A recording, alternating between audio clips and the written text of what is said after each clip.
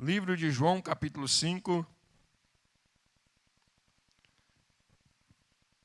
do versículo 1 até o versículo 15, para a nossa meditação nesta noite.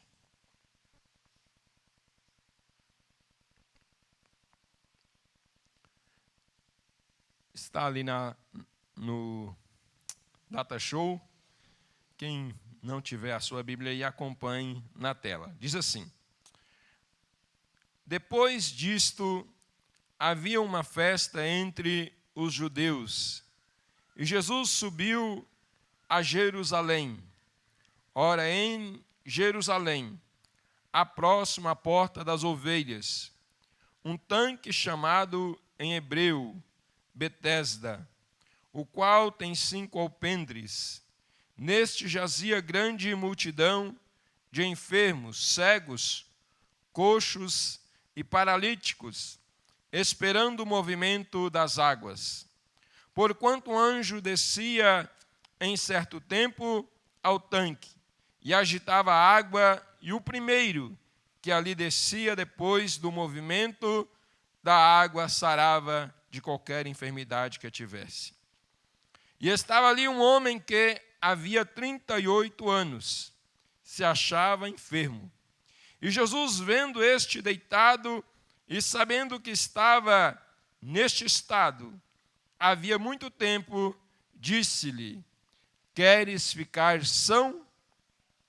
O enfermo respondeu-lhe: Senhor, não tenho homem algum que, quando a água é agitada, me coloque no tanque, mas enquanto eu vou, desce outro antes de mim.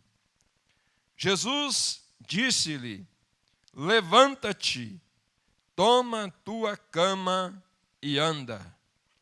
Logo aquele homem ficou são, e tomou a sua cama e partiu, e aquele dia era sábado.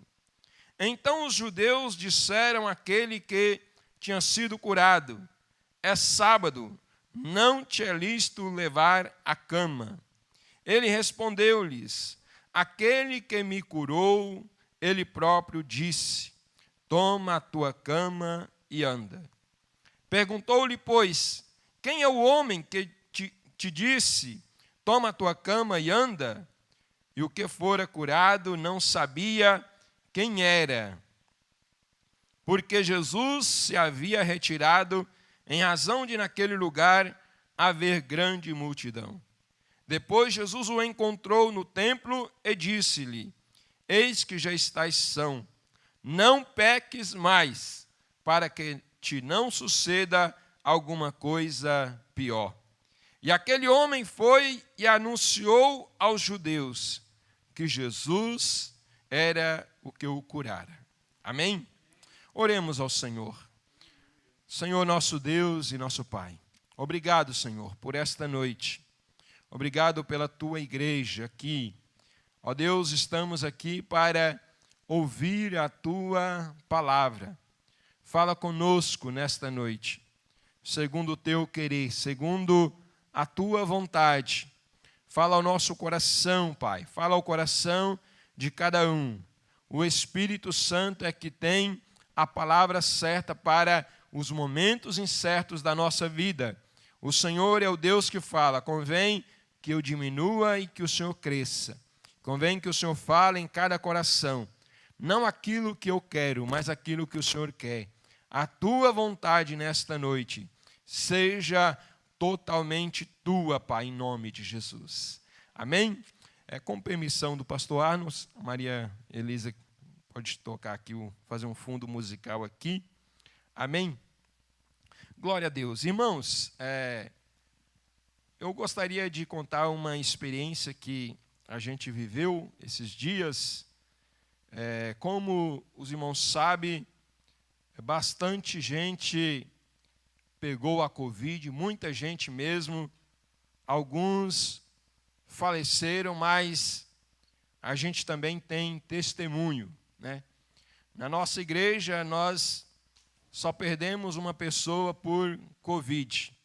Isso porque ele já tinha alguns problemas de de enfermidade, ele tinha pressão alta, tinha problema no coração, tinha diabetes, então ele pegou a Covid e não resistiu.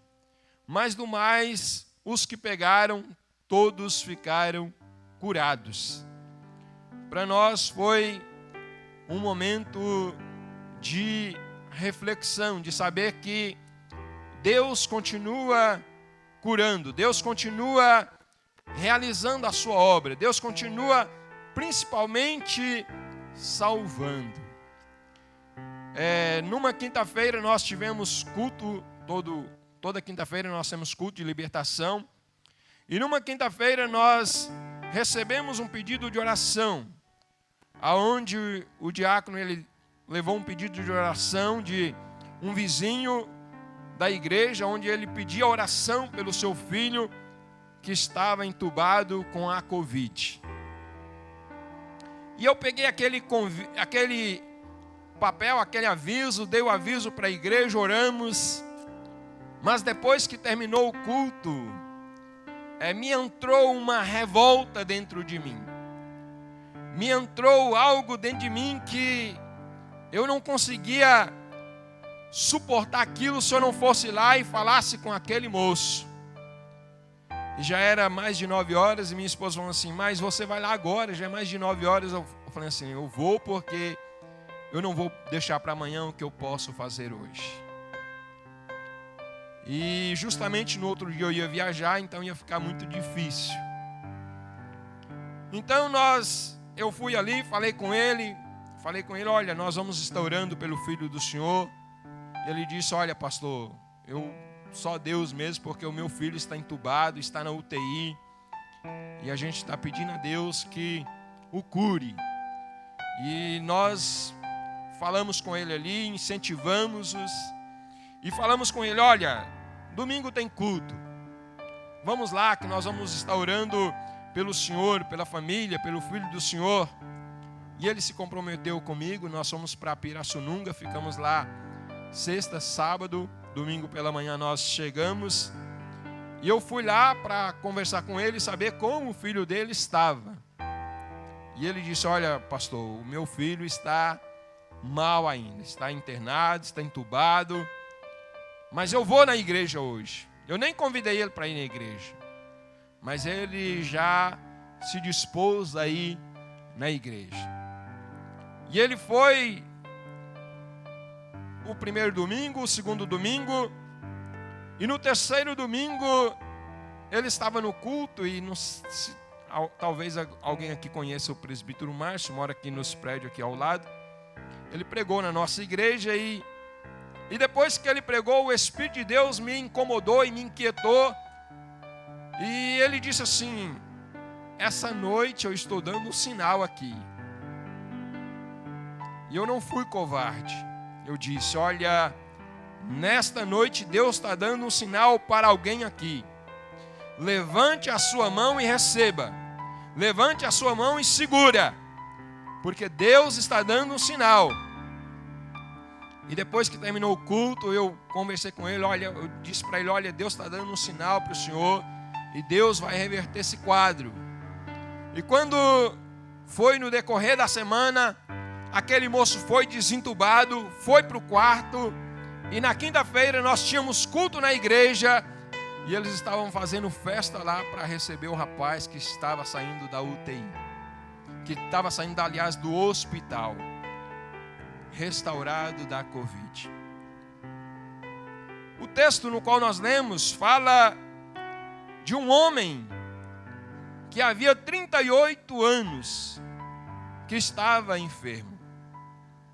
E, pasme você, eu queria voltar ao testemunho para você sentir como que é importante a gente falar para as pessoas de Jesus.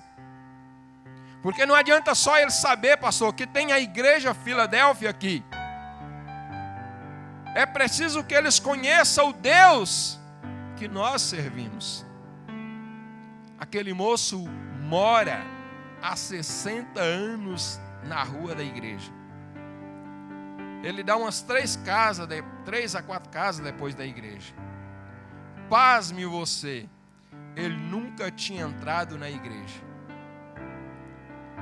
Talvez eu entrei aqui em 2018, talvez eu sairia daqui e ele nunca entraria ali, se não tivesse ido até ele e falado com ele, e ele tivesse ido na igreja.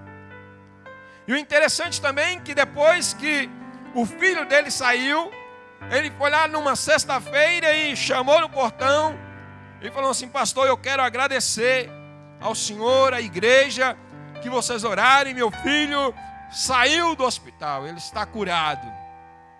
Então, é muito importante, irmão, irmã, que você testifique do Deus que você serve. Você não serve a qualquer Deus. Você não serve um Deus mudo. Você não serve um Deus que está estático, que está imóvel. Não. Você serve um Deus vivo. Um Deus poderoso. Um Deus que olha para você. Um Deus que te ouve. Um Deus que te responde. Um Deus que te atende. Um Deus que anda com você. Você serve um Deus poderoso. Você serve um Deus que olha para a terra e contempla todos os filhos dos homens. Você serve um Deus onisciente. Ele sabe de todas as coisas. Você serve um Deus onipotente. Ele tem todo o poder. Você serve um Deus onipresente. Ele está presente conosco em todo e qualquer lugar que nós formos. Diz a palavra dele: se tu pisares no fogo, estarei contigo. Se entrares pelas águas, eu passarei contigo. Se passares pelos espinhos, eu estarei contigo. Nenhum mal te sucederá, praga alguma chegará à tua tenda, porque eu, Senhor, sou o teu Deus. Então as pessoas lá fora têm que conhecer esse Deus. Eles muitas vezes se apegam a um Deus mudo, a um Deus morto, a um Deus que não fala, a um Deus que não ouve, a um Deus que não os dirige, que não os conduz. O nosso Deus é diferente. O nosso Deus é diferente. Jesus morreu, mas ao terceiro dia ele ressuscitou dos mortos. A única religião que tem o seu fundador vivo até hoje é o cristianismo. Por isso é que o cristianismo perdura a todas as catástrofes, a todas as perseguições, a todos os problemas, a todas as dificuldades. Então você precisa falar desse Deus. Você precisa dizer para as pessoas aí fora quem é esse Deus. Esse Deus é o Deus que pode todas as coisas. É o Deus que faz todas as coisas. Aqui a palavra de Deus vem falando sobre o tanque de Betesda. Betesda significava a casa de misericórdia ou graça.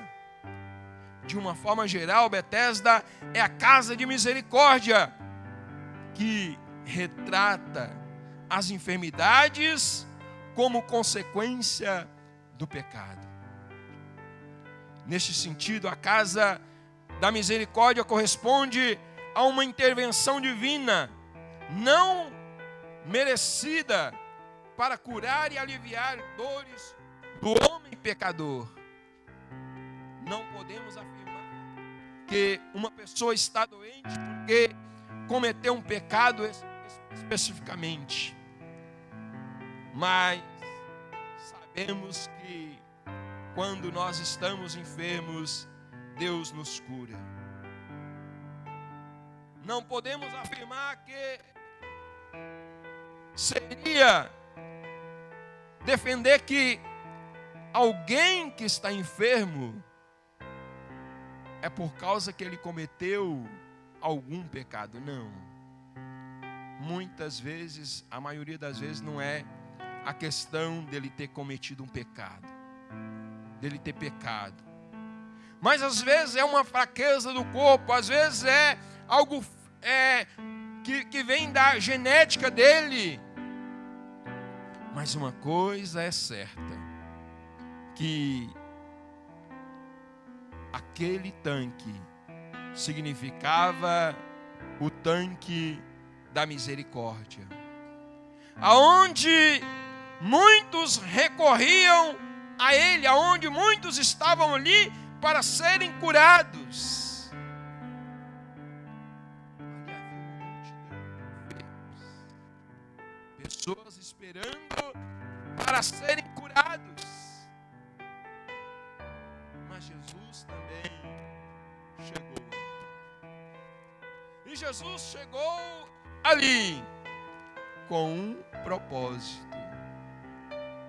Porque Jesus tem propósito conosco.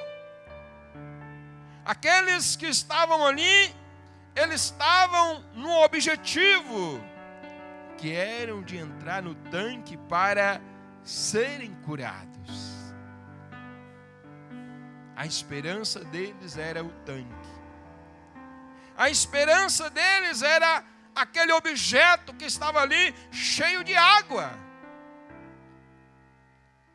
Mas ali tinha um que é muito maior do que aquele objeto. Ali tinha um que é muito maior do que o tanque. Ali tinha um que podia solucionar o problema de todos. Mais interessante, pastor, que Jesus não curou a todos ali. Jesus curou um homem.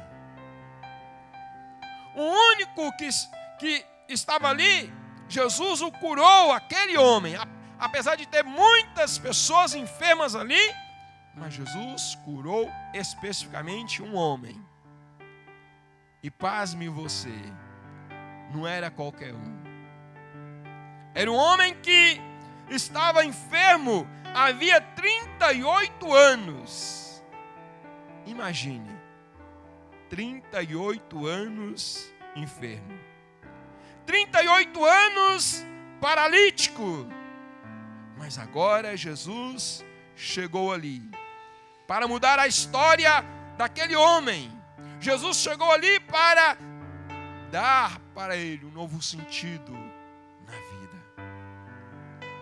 E eu queria falar com você nesta noite sobre o que fazer quando na casa de misericórdia falta misericórdia e cura. O que fazer quando na casa de misericórdia falta misericórdia e cura? A primeira coisa a se fazer é ser perseverante. Aquele homem estava ali e ele tinha 38 anos que estava enfermo. O texto não diz quanto tempo ele ia ali ou quanto tempo as pessoas levavam ele ali. Mas se diz que ele estava enfermo há 38 anos. E creio que todo esse tempo ele buscava, ele clamava, ele esperava que ele fosse curado. Ele buscava a cura. Ele ansiava pela cura. Ele desejava o milagre. Mas e como receber? Como receber? Como ter? Pois está o tanque aqui. E toda vez que ele ia outro no lugar dele. E ele ficava só olhando. Toda vez que as águas agitavam, ele fazia menção de ir, mas talvez ele nem conseguia se levantar, mas outro ia na frente dele. Mas eis que Jesus chega ali. Ele perseguia o milagre. Talvez a esperança dele já estava muito pouca. Mas através dele estar perseverando ali, Jesus olha para ele. Esse homem, ele se considerava incapaz de receber a cura. O pior problema do paralítico não era ser não era ele ser paralítico, mas era ele estar focado em um objeto e não no Deus que usa tanto o objeto como o homem. No Deus que tem solução para o homem. Ele estava focado no objeto.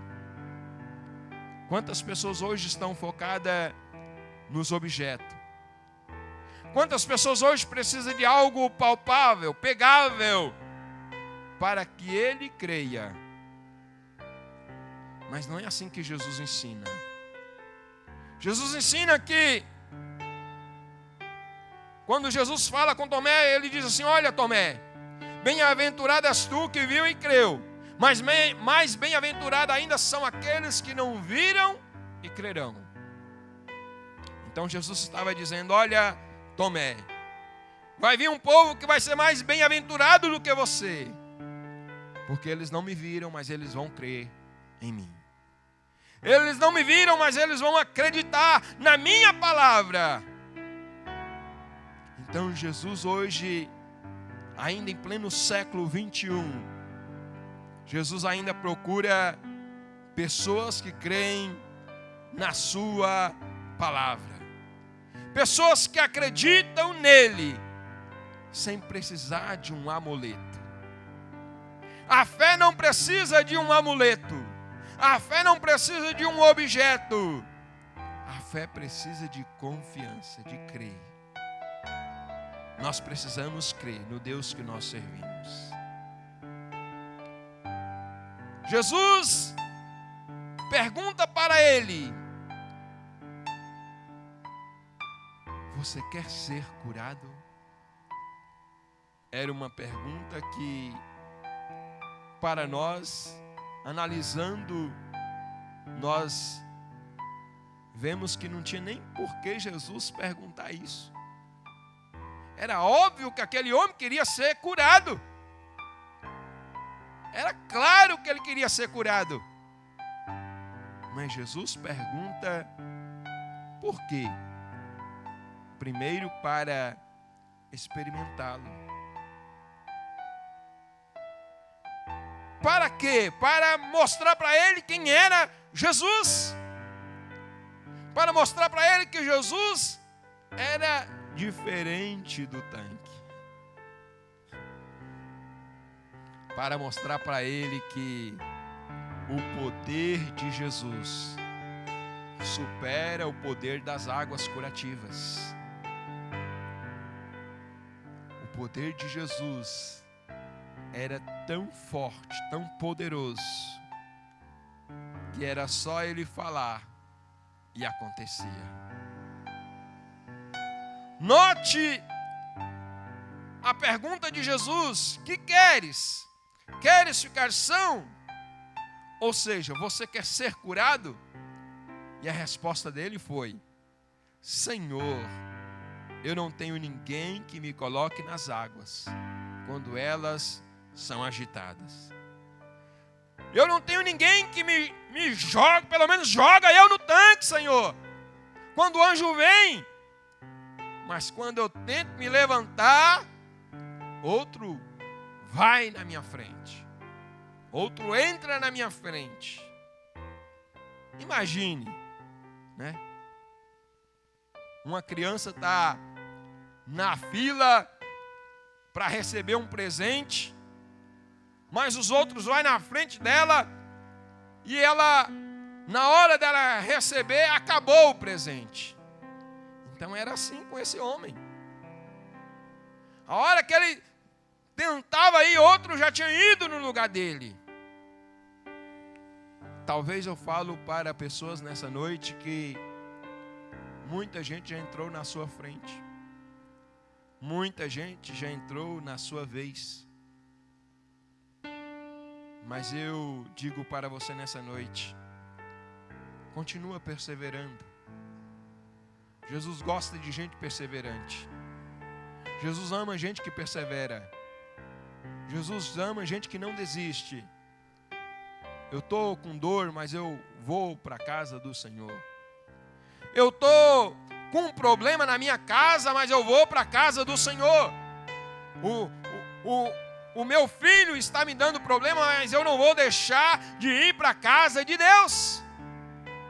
Eu tenho um problema insolúvel, mas eu não vou deixar de ir para a casa de Deus, porque eu sei que esse problema insolúvel pode ser solucionado por Jesus.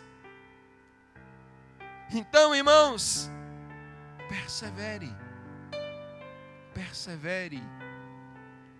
Não desista do Senhor por nada. Não deixe o Senhor por nada. Não abandone o Senhor. Porque exemplo, irmãos, nós temos de sobra dentro da palavra, né? Se nós olharmos o Antigo Testamento, nós vemos José, nós vemos Daniel, nós vemos Sadraque, Mesaque, Abidnego, nós vemos Jó. Qual homem passaria pela aflição que Jó passou e diria: eu sei que o meu Redentor vive e por fim se levantará sobre a face da terra? Irmãos, o homem que enterrou 10 filhos num dia, isso é fácil, isso é mole. Eu fui num velório da esposa de um pastor hoje, ele estava baqueado. Agora imagine enterrar 10 filhos. Então, quando nós olhamos o Novo Testamento, nós vemos os apóstolos que estavam prontos a morrer por causa de Jesus. Estavam prontos a darem as suas vidas por causa de Jesus. Enquanto que hoje muitos negam o Senhor. Enquanto que hoje muitos não testemunham da sua fé. Tem medo. E nós não podemos ter medo de testemunhar da nossa fé. Nós não podemos ter vergonha de testemunhar da nossa fé. Outro dia estava no hospital. Ali tinha uma moça que estava com dor terrível na barriga. E ela levantou a blusa e mexia na barriga. E eu virei para ela e ali ela estava ali e só clamando pela dor, e clamando. Quando ela de repente ela falou algo que me inquietou. Ela disse assim: amanhã eu vou procurar um benzendeiro e vou me benzer. Aí eu pensei, algo maior que benzendeira para você. Eu conheço Jesus. Jesus pode solucionar o teu problema. Na hora eu falei com ela: olha, moça, desce a blusa aí que eu vou orar por você agora. E quando eu comecei a orar por ela, o telefone dela tocou. Esperei ela atender o telefone, atendeu. Aí eu falei assim: vou orar por você. Orei por ela. Terminei de orar por ela, ela me olhou, mas o inimigo é tão sujo que ela atendendo 2 telefones, e atendia o telefone e dizia: eu não estou muito bem ainda. A mulher já estava curada, irmãos. Então, nós precisamos perseverar. Nós não temos que ter medo de testemunhar da nossa fé. Ter medo de testemunhar do Senhor, aonde quer que o Senhor nos leve. Então, persevere diante do Senhor. Persevere na presença do Senhor. Seja perseverante. Seja persistente. Seja otimista e não pessimista. O pessimista, ele já acorda amaldiçoando o seu dia. O pessimista já acorda dizendo que está ruim, que aquele dia não sei como que vai ser. Mas o otimista não. O otimista levanta e agradece a Deus. Obrigado, Senhor, por mais um dia. Obrigado, Senhor, porque eu estou aqui. Obrigado, Senhor, porque eu estou respirando. Obrigado, Senhor, pelo fôlego de vida. Enquanto muitos estão na UTI, estão à base de um balão de oxigênio, nós estamos respirando. Então devemos agradecer. Você precisa ser uma pessoa para cima. Você precisa ser uma pessoa cheia de fé. Não desista. Não pare. Continue buscando e perseverando na presença de Deus. Se Deus fizer na sua vida, Ele é Deus. Mas se Ele não fizer, Ele continua sendo Deus. Então não desista dEle. Não abra mão dEle. Não deixe o Senhor por nada. Deixa tudo por causa de Deus. Mas não deixa o Senhor por nada. Abandone tudo por causa do Senhor. Mas não abandone o Senhor por nada. E você verá que Deus te abençoará. A segunda coisa, irmãos, que eu vejo que o que nós podemos fazer quando na casa de misericórdia falta misericórdia e cura, é ser obediente. Quantas histórias esse homem ouviu, porém não estava ali. Jesus não estava ali para contar mais uma história, mas Jesus estava ali para fazer uma obra histórica na vida daquele homem. A partir daquele sábado, aquele homem deixou de ser paralítico. Ele passou a ser ex-paralítico. Talvez ele era identificado como o paralítico do tanque de Betesda. E agora? Tem que arrumar um apelido para o homem. Então agora eu acho que eles encontraram o nome do homem. Eu acho que eles conseguiram descobrir o nome do homem. Porque outrora o homem era identificado como paralítico do tanque de Betesda. Mas a partir do momento que Jesus entrou na vida dele, na história dele, ele passou a ser o ex-paralítico do tanque de Betesda. Jesus fez uma obra histórica na vida daquele homem. Jesus fez um milagre na vida dele. E interessante, porque aquele homem, ele sofria não somente do físico, mas ele sofria pressões psicológicas, ele sofria socialmente, ele possivelmente dependia das pessoas para levá-lo até o poço e deixar ali, depois pegar de novo. Uns, quem sabe, levava ele lá de cara feia, de novo trazer esse homem aqui, de novo ter que pegar ele aqui. Mas quando Jesus chega, Jesus muda a história. Quando Jesus chega, Jesus opera o milagre.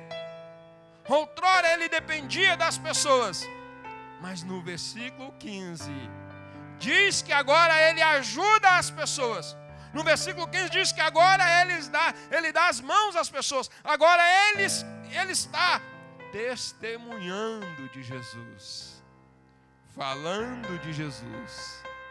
Olha, Jesus me curou. E então alguns que eram defensores da lei, eram pessoas que tinham aparência de servos de Deus, mas eram servos dos homens. E então eles questionaram: mas como? Você vai ser curado no sábado, tantos dias para você ser curado.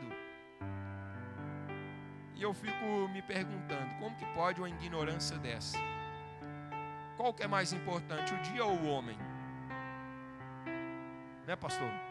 Certa vez um senhor, eu era novo convertido ainda, e um senhor defendendo o sábado para mim, e defendendo E eu virei para ele e falei assim: qual que é mais importante, o dia ou o homem? O dia foi feito por causa do homem ou o homem por causa do dia? Pense comigo. O dia foi feito por nossa causa. Nós não fomos feitos por causa do dia. Se tem o dia hoje é por causa do homem. Então o homem é muito mais importante do que o dia. E Deus não se prende a dia, Deus não se prende à estação, Deus não se prende às nossas caixinhas. Nós temos muitas caixinhas. E às vezes nós carregamos elas e queremos que Deus entre nelas. E quando Deus não entra, nós ficamos decepcionados, chateados. Mas devemos entender que Deus está acima das nossas caixinhas. Deus está acima dos nossos costumes. Agora aquele homem, ele recebe a cura. Jesus fala com ele: olha, pega a tua cama e anda. E ele, eu creio que ele olha para Jesus assim e fala assim: mas como? Eu estou aqui para entrar no poço, ninguém me coloca no poço, e agora vem esse moço e manda eu pegar a cama e andar. Eu não sabia que quem estava falando com ele era maior do que o poço. Era o que comanda todas as coisas, era principalmente a água viva. Então ele estava preocupado de entrar no poço, mas Jesus estava preocupado de entrar na vida dele, porque se Jesus entrasse na vida dele, aí o negócio mudaria. E então é por isso que Jesus experimenta-o com essas perguntas, com essas palavras: queres ficar são? Jesus sabia que ele queria ficar são, mas Jesus pergunta. E então, como ele começa a se justificar, Jesus fala assim: eu não preciso da sua justificativa, eu já tenho a solução para você. Pega a tua cama e anda. Pega o objeto que trazia você aqui e agora coloca no braço e vai. Você não depende mais de ninguém para te levar. Os seus pés agora podem te levar. E eu fico imaginando a felicidade daquele homem, a alegria daquele homem. Um homem que há 38 anos não sabia o que era andar. Não sabia o que era ir num lugar só. Ele sempre dependia de alguém. Porque cadeira de roda não era, naquela época não tinha cadeira de roda, né, pastor? Não tinha cadeira de roda. Hoje um paralítico pode ir em qualquer lugar, porque tem cadeira até motorizada. Mas outrora não. Então outrora, aquele homem lá que foi colocado no telhado, né? Abriu-se o telhado e desceu lá. 4 amigos. Aquele lá teve 4. Esse aqui, não se conta que ele tinha amigos para levar ele ali no tanque. Mas ele tinha um amigo dos amigos. Você tem um amigo dos amigos.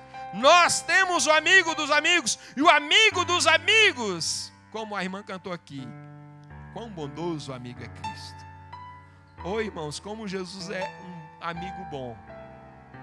Como Jesus é um amigo tão bom, que Ele não nos olha como o homem nos olha.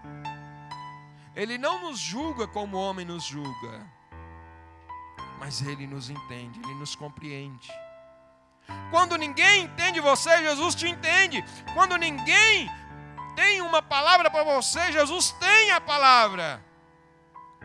Jesus encontra ele mais tarde e faz um alerta a ele no versículo 14. Ele diz assim: olha, vai e não peques mais, para que algo pior não te suceda. Então Jesus também o confronta, porque muitas vezes a gente acha que Jesus só vai falar conosco: eis que eu te digo, eu te amo, você é meu servo. Mas muitas vezes Jesus nos confronta. E então Jesus o confrontou. Mas ele recebeu o confronto de Jesus e disse: vão lá para vocês verem o Jesus que me curou. O Jesus que me restaurou a minha saúde. Então, aquele homem foi obediente à voz de Jesus. Talvez se ele ficasse focado no poço e não obedecesse à voz de Jesus, ele não receberia a cura. Mas ele obedeceu à voz do Senhor e ele recebeu a cura. Da mesma forma também, nós devemos ser obedientes à palavra de Deus. Devemos ser obedientes ao pastor.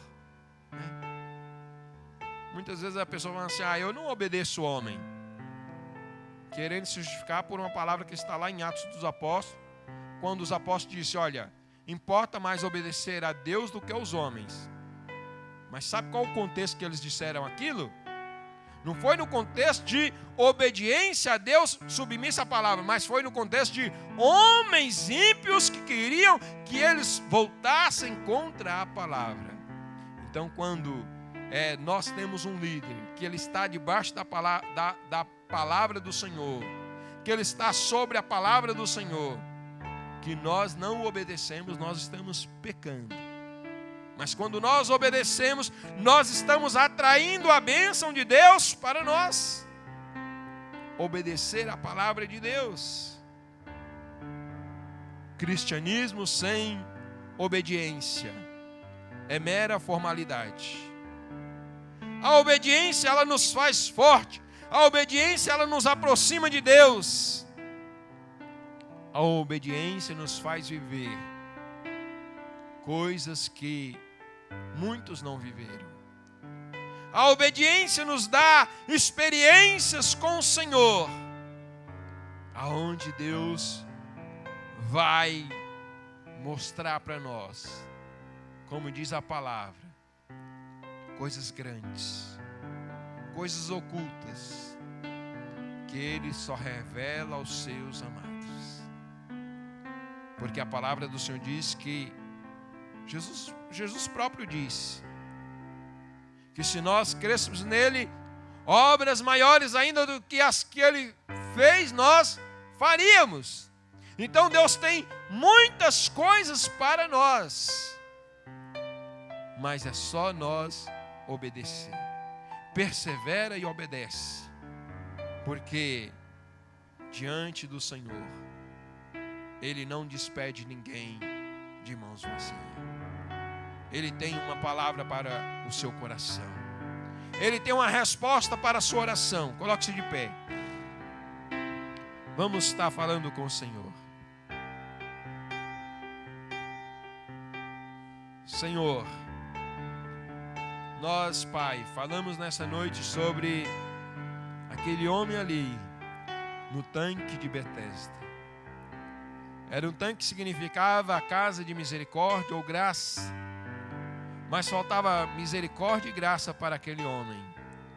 Os homens ali não tinham misericórdia e não tinham graça para com ele. Mas o Senhor Jesus teve compaixão dele, teve misericórdia dele, e o abraçou, e o curou, e o limpou, e o transformou. Senhor, nós aqui estamos também, Senhor. Queremos que o Senhor nos guia, nos direciona, nos conduz, nos dá vitória. Abençoa a nossa vida, Pai. Abençoa cada um dos teus filhos. Eu não sei o que o teu filho, que a tua filha tem buscado. Mas uma coisa eu sei, que o Senhor tem poder para realizar.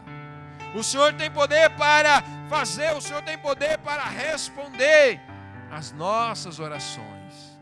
Diz a tua palavra aqui, nesta noite, na qual o teu servo leu, Senhor, que o que 2 ou 3 concordarem a respeito de algo aqui na terra, será concordado lá no céu. É a tua palavra que diz. E nessa noite eu concordo com a oração da tua filha. Se ela está pedindo restauração para a sua saúde, para o seu lar, salvação. Se ela está pedindo, Senhor, uma providência. Se ela está pedindo, Senhor, uma provisão do alto. Que nesta noite o Senhor entre. Que nesta noite o Senhor opere. Que nesta noite o Senhor manifeste a tua mão poderosa sobre a vida do teu filho, da tua filha. Abençoa, Pai, a cada um nesta noite. Em nome de Jesus. Amém? Agradeço a rica oportunidade. Pode sentar. Passo ao pastor.